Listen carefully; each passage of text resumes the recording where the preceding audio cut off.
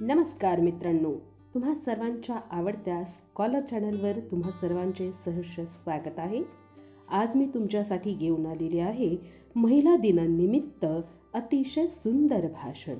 चला तर मग आपण आपल्या भाषणाला सुरुवात करूयात.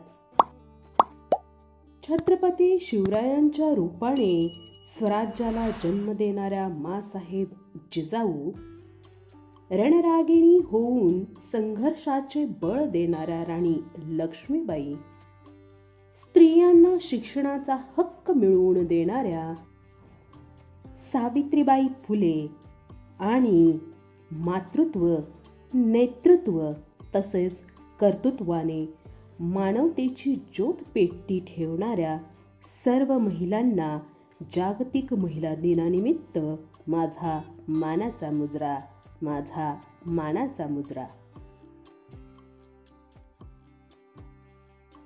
आज 8 मार्च. दरवर्षी हा दिवस जागतिक महिला दिन म्हणून उत्साहात साजरा केला जातो. 8 मार्च 1908 रोजी न्यूयॉर्कमध्ये हजारो महिला कामगारांनी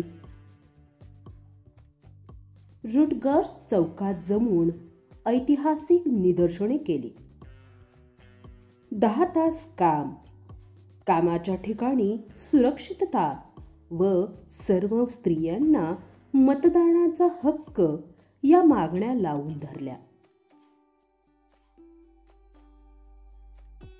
स्त्रियांनी स्वतःच्या हक्कासाठी दिलेला हा पहिला लढा होता.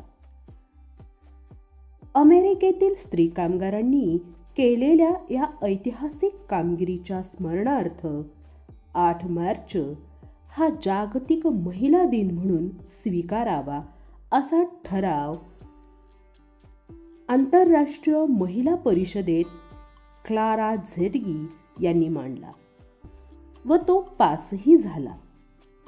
तेव्हापासून हा दिवस साजरा केला जातो. भारतात पहिला जागतिक महिला दिन 8 मार्च 1943 रोजी मुंबईत साजरा केला गेला. हा दिवस महिलांच्या प्रती सन्मान, आदर आणि प्रेम व्यक्त करण्याच्या उद्देशाने साजरा केला जातो. स्त्री एक शक्ती, प्रेम, करुणा, सहनशीलता, काळजी या अशा अनेक सद्गुणांचा समुच्चय आहे. म्हणून आपण प्रत्येकाने स्त्रियांचा आदर करावा, हे आपले कर्तव्य आहे.